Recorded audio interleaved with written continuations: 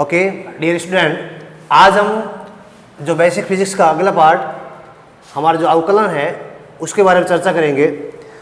कक्षा 10th में आपने एक वर्ड या एक लाइन पढ़ी होगी, उसे बोलते हैं परिवर्तन की दर।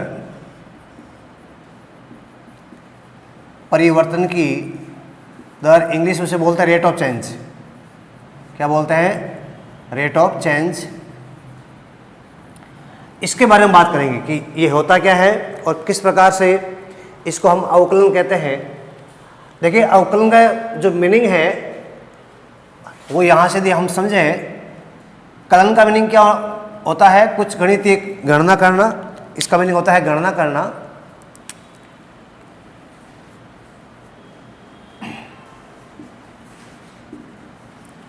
और इसका मीनिंग हम समझें कि इसका मतलब है उसे छोटे टुकड़ों में बांटना। छोटे टुकड़ों में बांटना।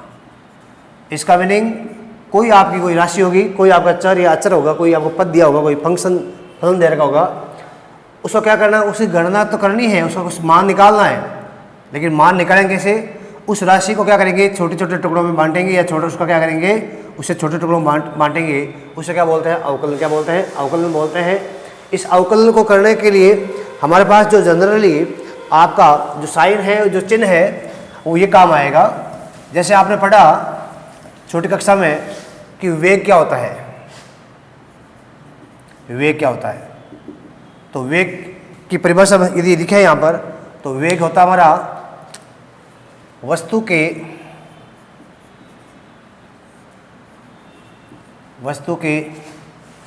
पथ में समय के साथ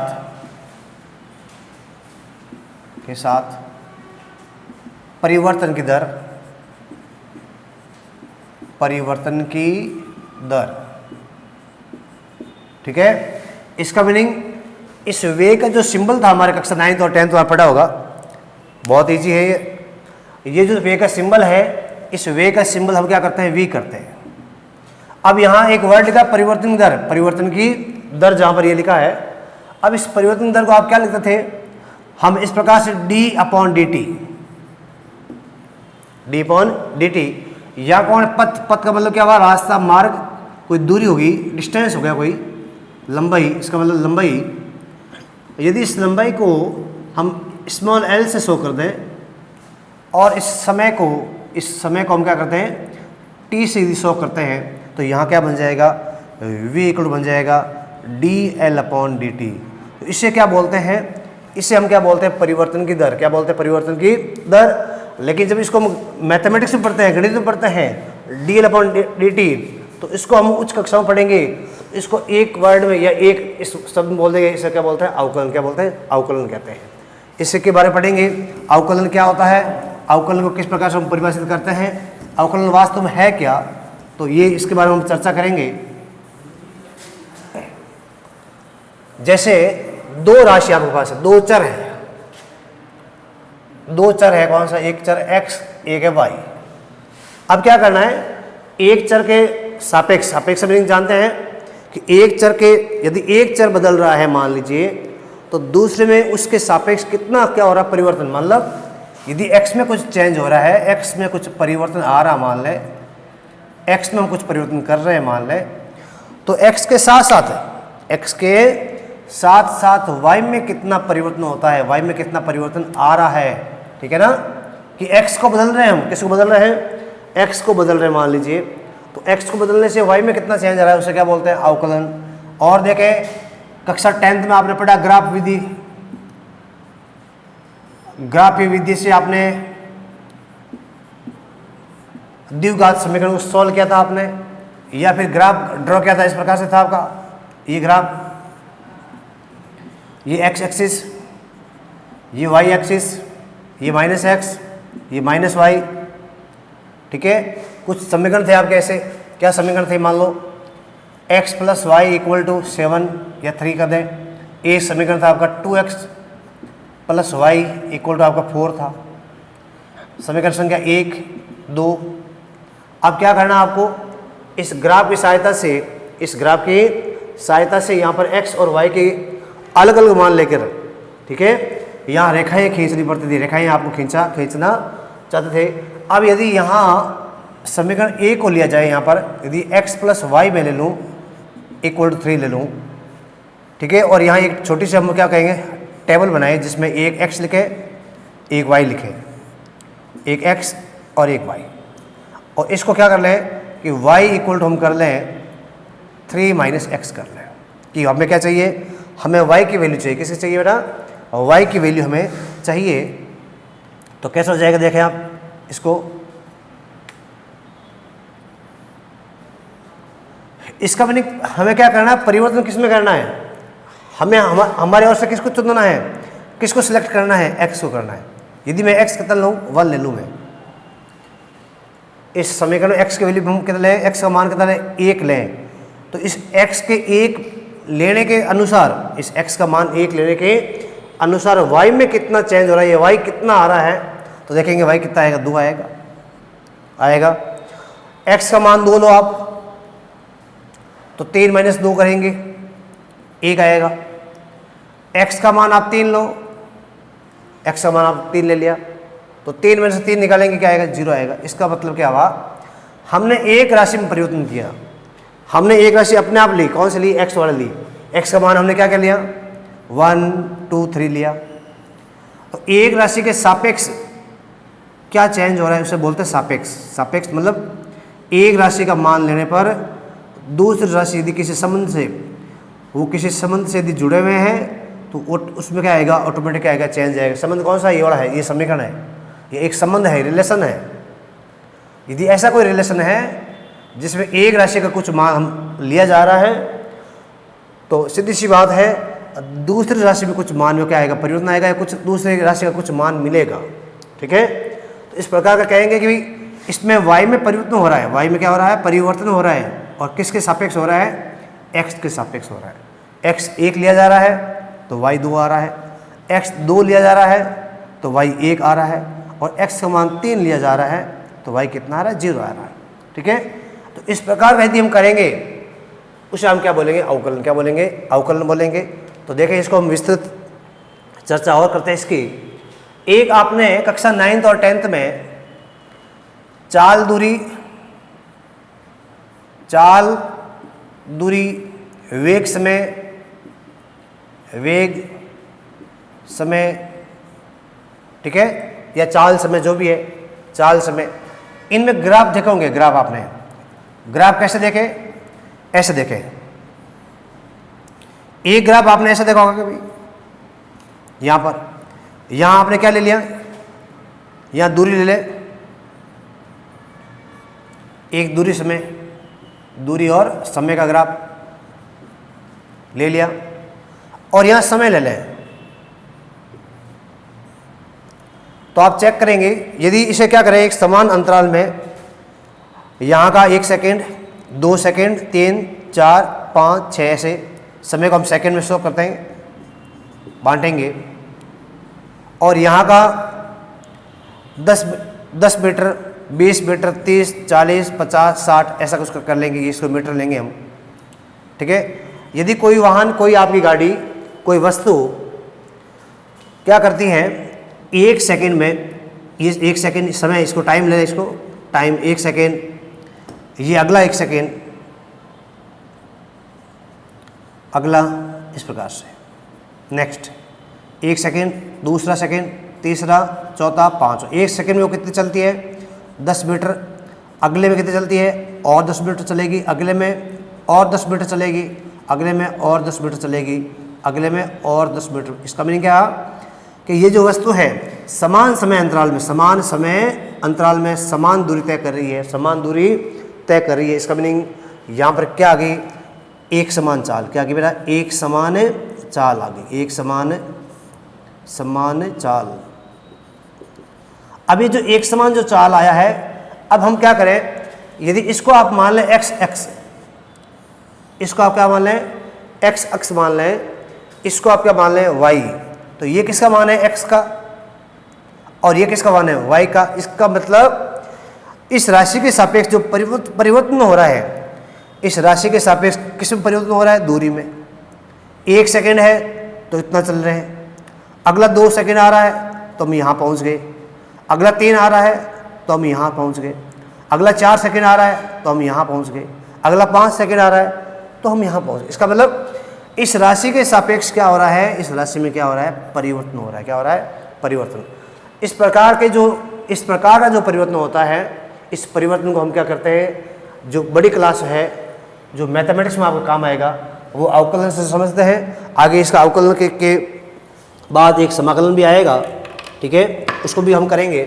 तो यहाँ हम कहेंगे कि जो एक समान चाल है, दूरी है, ठीक है, तो इसमें हम लिखेंगे कि इसे हम क्या कहते हैं, अवकलन क्या और किस प्रकार का होता है, इसका फॉर्मूला क्या है, इसको शो करने या इसको दर्शाने का सूत्र क्या होगा, और कुछ एक जो आपके ट्रिग्नोमेट्री, जो आपको त्रिकोणमिति अवकलन है, जो कक्षा 11 में फिजिक्स में आपको काम आएंगे।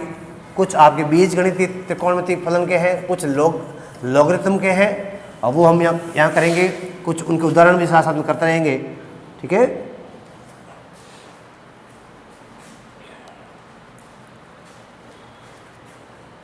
हाँ, तो स्टार्ट करते हैं इसका अवकलन का।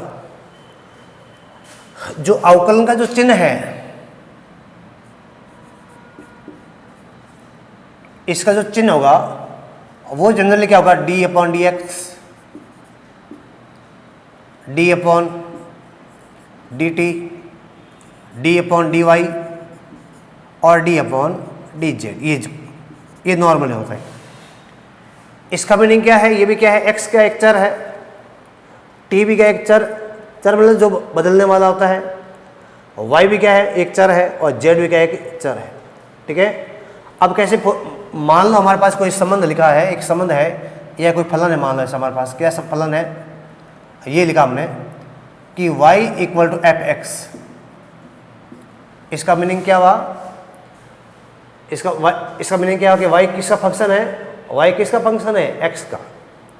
y किसका फंक्शन है, x का, अर्थात x का मान आप चेंज करेंगे, x के मान में क्या करेंगे, परिवर्तन करेंगे, तो किस में परिवर्तन आएगा, y में। किस में आएगा, y में, ठीक है। तो इसका मीनिंग ये हो गया कि y equal to the f x है, इसका मतलब इसका जो मान है, इसका मान आपको क्या करना है, चेंज करना है, और किसके अकॉर्डिंग हुआ, वो y के। यदि y equal to F x है तो आप क्या करेंगे, यदि इसका डिफरेंशिएशन, इसका यदि आपका अवकलन कर रहे हैं, क्या कर रहे हैं आप, अवकलन करेंगे, तो अवकलन करने के बाद में इसको आप क्या लिखेंगे, y डैश इक्वल टू करेंगे एफ डैश एक्स। क्या करेंगे, y dash equal to f dash x. इसका मीनिंग क्या कर दिया आपने, इस फंक्शन का, इस फलन का y के रेस्पेक्ट में हमने क्या कर लिया, अवकलन कर दिया। तो इसको हम कैसे लिखेंगे, इसको हम ऐसे लिखेंगे, यहाँ से ये काम लेंगे हम, ये क्या हो जाएगा, यहाँ पर लिखेंगे डेल अपॉन डेल एक्स,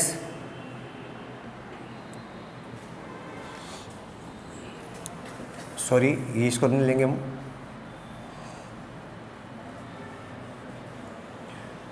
हाँ। तो आपको लिखना क्या है कि y equal to F X दे रखा है, ठीक है।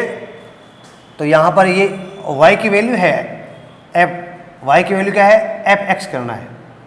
और एक बात सुनना, यदि मान लो आपके पास इस प्रकार से, वो आगे बात करेंगे। अब तो हम इसको लेंगे सबसे पहले स्टार्टिंग से, तो आप लिखेंगे क्या, इसका अवकलन का चिन्ह क्या, कैसे लिखेंगे, डेल अपॉन डेल एक्स, और यहाँ क्या लिखेंगे, जिसको आपको क्या करना है, जिसका अवकलन करना है, जिसमें क्या करना है, इसके सापेक्ष, x के सापेक्ष परिवर्तन की दर ज्ञात करनी है, और किसकी करनी है, y की करनी है, और y क्या हमारा एफ एक्स है। तो यहाँ क्या हो जाएगा आपका, इसका जो अवकलन क्या हो जाएगा, d अपॉन डेल्टा x हो जाएगा, ये हो जाएगा।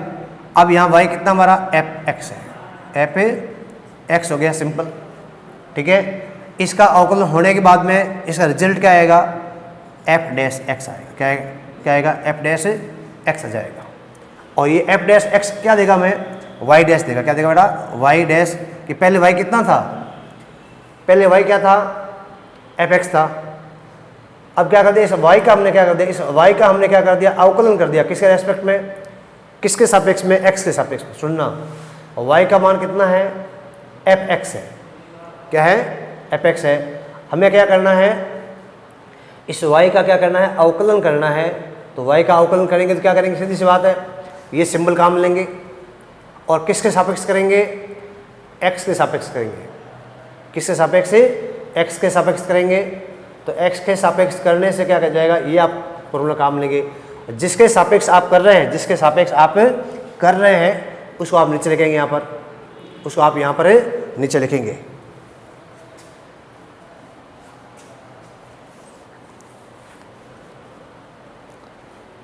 चलो ये हो जाएगा आपका y डैश इक्वल टू क्या आ जाएगा? तो y डैश इक्वल टू जाएगा f डैश x हो जाएगा। इसका मीनिंग हमने क्या कर दिया? इस y का क्या कर दिया? हमने अवकलन कर दिया। और किसके रेस्पेक्ट में? किसके सापेक्ष किया? हमने x के सापेक्ष कर दिया, x के सापेक्ष। तो यहाँ हमारा एक ये काम पूरा हो जाता है। तो ये हो गया कि फंक्शन क्या था आपका? फंक्शन आपका ये था, फलन आपका ये था।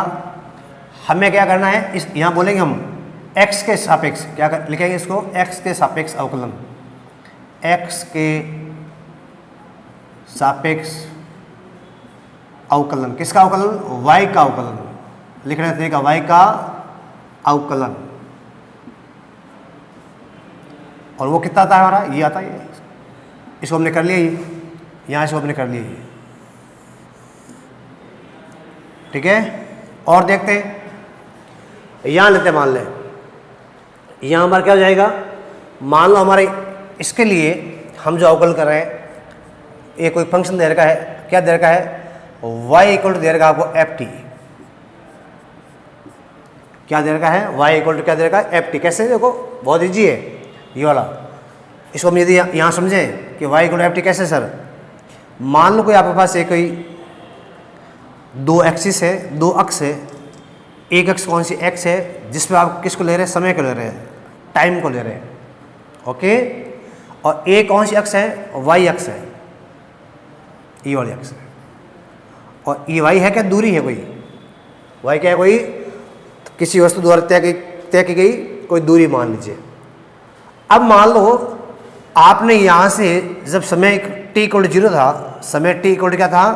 0। उस समय आपने किसी एक प्रारंभिक वेग से वस्तु को आपने ऊपर फेंका इस प्रकार से। ठीक है। तो वस्तु जैसे ही ऊपर जाएगी तो कुछ समय बाद में पृथ्वी की गुरुत्वीय त्वरण के कारण वस्तु धीरे धीरे क्या आएगी? नीचे आएगी। वस्तु धीरे धीरे क्या आएगी? नीचे आएगी। इसका मीनिंग क्या हो गया? वस्तु यहाँ से यहाँ तक जाएगी, यहाँ से यहाँ तक जाएगी। इसका मतलब यहाँ टाइम कितना उसका? 0 है। यहाँ कुछ टाइम बढ़ेगा तो y भी बढ़ेगा, टाइम और बढ़ेगा तो और y बढ़ेगा। देखो जैसे जैसे ऊपर जाएंगे तो y बढ़ेगा, और जाएंगे तो y बढ़ेगा। यहाँ आके y क्या हो जाएगा? नियंत्रक y का इस t के समय के साथ y में परिवर्तन क्या हो जाएगा? 0 हो जाएगा। इस t समय के साथ यहाँ पर जो y में जो परिवर्तन है वो कितना हो जाएगा? 0 हो जाएगा। और जस्ट एक सेकेंड के बहुत छोटे भाग के बाद वापस y में क्या होगा? डिक्रीज। क्या होगा? डिक्रीज। इसका मतलब क्या हो रहा है? इस समय के सापेक्ष y में क्या हो रहा है? परिवर्तन। y में क्या हो रहा है बेटा? परिवर्तन। इसका मतलब इसके सापेक्ष क्या होगा? परिवर्तन y में होगा। आई बात समझ में? तो हम क्या बोलते हैं इसको? ये हमारा कोई फलन है, कोई संबंध हमारे पास से इस प्रकार से। तो देखें यहाँ पर कि y equal to f t है। अब क्या करना है? इसका करना है अवकलन करना है।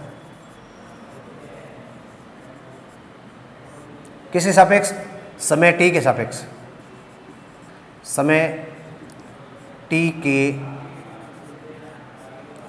सापेक्ष। ठीक है, समय t के सापेक्ष। तो लिखेंगे कैसे इसको? कुछ नहीं करना है, जिसके सापेक्ष करना है उसको नीचे अंश में लिखे, हर में लिखे, और d ये साइन लगाए, इसका साइन का चिन्ह है d अपॉन d। किसके सापेक्ष करना है? t के सापेक्ष में करना है। और करना किसका? y का करना है, तो y लिख दो यहाँ पर। किसका करना है? y का। ठीक है, यहाँ तक बात होगी। अब वही बात है, करना है समय के अवकलन करना है समय के सापेक्ष। समय के सापेक्ष क्या हो रहा है? दूरी में क्या हो रहा है? परिवर्तन हो रहा है। समय बढ़ रहा है या जो कुछ भी चल रहा है, समय बढ़ 1 सेकंड 2 सेकंड 3 सेकंड हो रही है तो दूरी बढ़ रही है, ऐसे कुछ है। ठीक है ना? एक समय भी आ रहा दूरी, वहाँ पर क्या हो रही है? नियतांक हो रही है, तो हम कहेंगे यहाँ पर इसके सापेक्ष, इस समय के सापेक्ष क्या हो रहा है, y में क्या हो रहा है, परिवर्तन हो रहा है। तो हम लिखेंगे यहाँ पर, हाँ y कितना आएगा, y है एफ टी, y कौन है, एफ टी अपॉन यहाँ d आएगा और यहाँ क्या आएगा डी टी। तो ये पूरा फंक्शन आ गया हमारे पास, आ गया नहीं है। इसका मीनिंग जब इसको हम सॉल्व करेंगे, इसको हम जब सॉल्व करेंगे,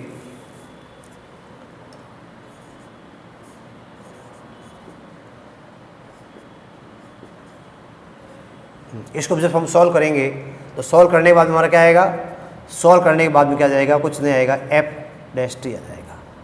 इसका मीनिंग हमने किसका कर दिया अवकलन, हमने कर दिया y का, तो y का y डैश आ जाएगा। तो इस प्रकार से आपको ये अवकलन समझना है कि अवकलन है कुछ नहीं है, कोई आपको इस संबंध दे रखा होगा, कोई आपको फंक्शन दे रखा होगा, ठीक है, उससे क्या करना है, उसको इन मोड में डालना है, इन अवस्थाओं में डालना है। यदि कोई राशि किसी की सापेक्ष चेंज हो रही है, किसी की सापेक्ष आएगा तो उसको नीचे लिखना है, और वो राशि, उस राशि का कितना मान है उसको यहाँ लिखना है, ठीक है। यहाँ t है, t के सापेक्ष चेंज कौन हो रहा है, y चेंज हो रहा है। इस समय t के सापेक्ष कौन चेंज हो रहा है, y का चेंज हो रहा है, y में चेंज हो रहा है।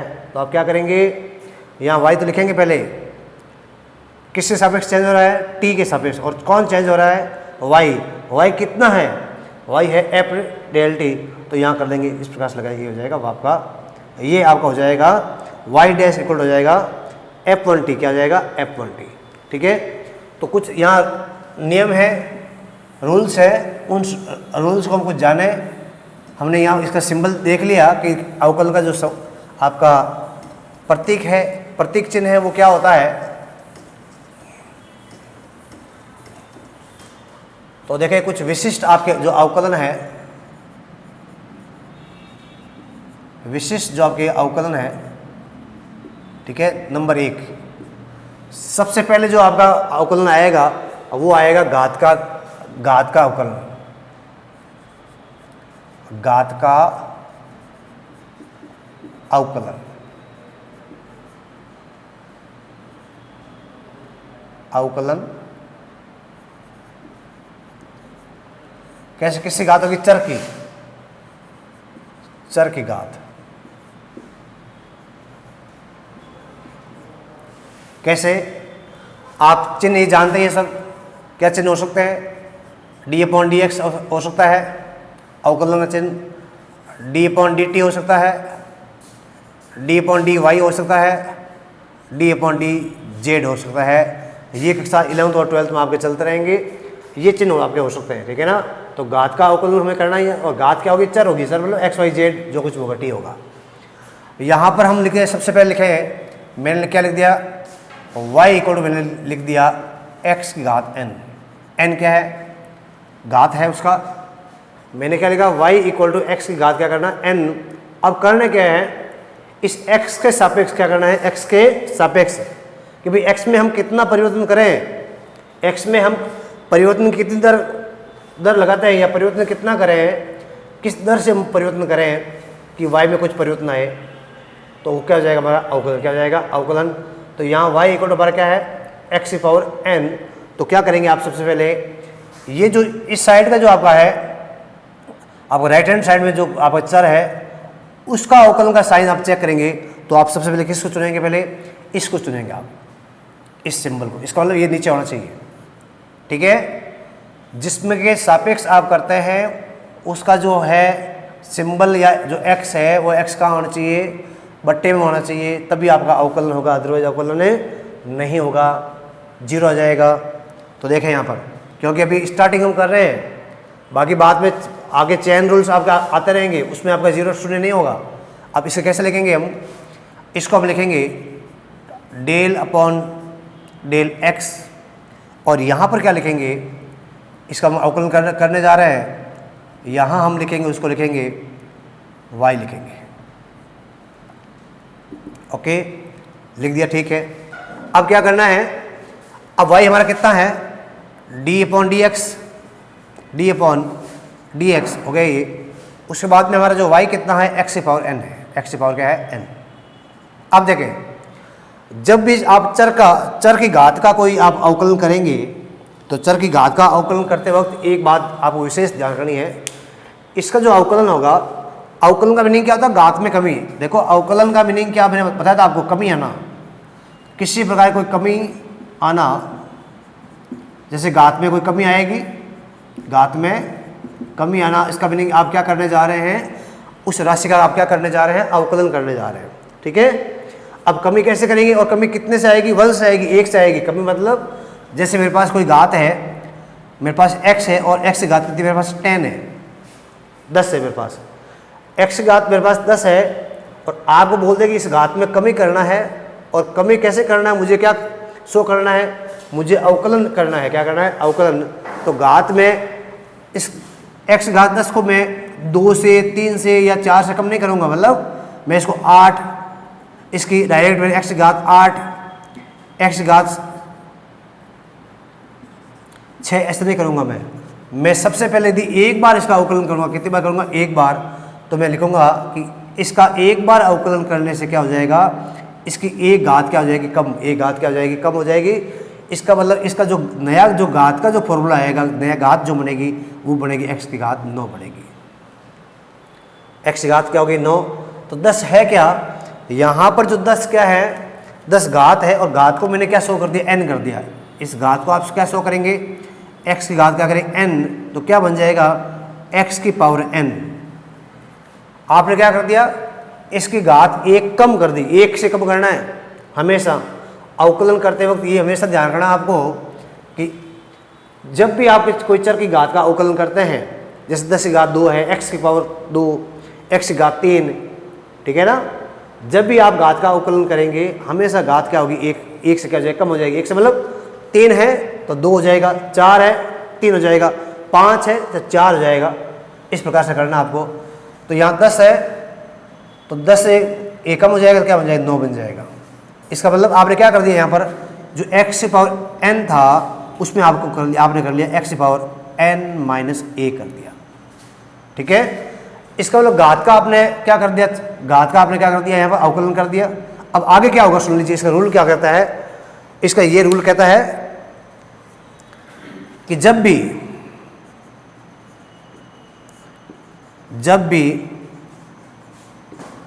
चर की घात का अवकलन करें तब मूल घात को, आगे लिखें, मूल घात को गुणांक में तथा नई जो कम हुई है, जो 1 से कम, उसे, जो 1 से कम उसे लिख कर व्यक्त करें। कैसे? इसका क्या हो जाएगा? d/dx हम किसका करेंगे, अवकलन करेंगे तो सबसे पहले क्या करेंगे आप, सबसे पहले आप क्या करेंगे, n को आके लेके आएंगे। n कौन है? मूल घात हो गया n। उसके बाद x और फिर n-1, ये इसका क्या हो गया, इसका अवकलन हो गया है। इसको एक बार नोट करें, आगे इसके एग्जाम्पल पढ़ेंगे और एक बार देखेंगे इसको।